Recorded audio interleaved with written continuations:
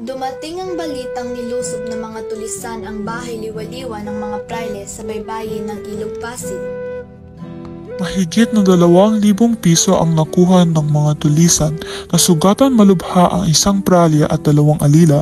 Nagtanggol ang kura sa pamamagitan ng silya na nagkasira-sira sa kanyang mga kamay. Tumungo si Benzaib sa pook na pinangyarihan at sa daan ay binuo na sa sarili ang pangyayaring ilalathala. Ang mga paglalarawan niya sa General at kay Padre Salvi ay angkop na angkop sa kura at ang anyo naman ng nanloob ay mailalapas sa bawat tulisan. Gayon na lamang ang kanyang pagkamangha nang si Padre Camora ang datnan niya sa puok na sinadya.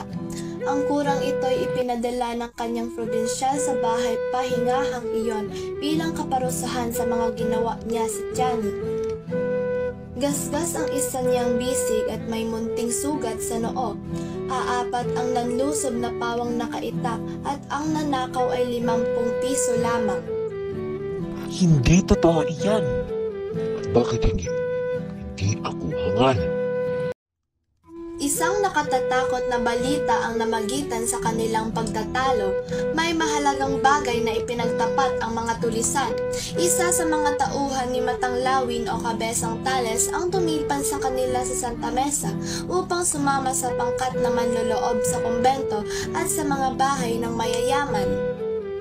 Ang mamumuno sa kanila ay isang Kastilang mataas, kayumanggi na umayon sa anyo ni Simon, at iyan daw ay utos ng general sa kanyang kaibigan.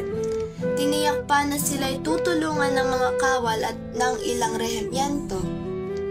Patawarin ang mga tulisan at ang ikatlong bahagi ng makukulimbat ay ibibigay sa kanila. Isang putok ng kanyon ang palatandaan, ngunit wala naman silang narinig. Kaya't inakala nilang sila'y nilinlang ng Kastila, umuwi ang iba at ang iba'y nagbalik sa kabundukan. Silang mga nadakip ay nagpasyang manloob sa bahay pahingahan ng mga prayle. Kinahapunan, dumalaw si Benzaib kay Don Custodio. Dinatnan niya itong abalang-abalang gumagawa ng isang panukalang laban sa mag-aalahas na Amerikano.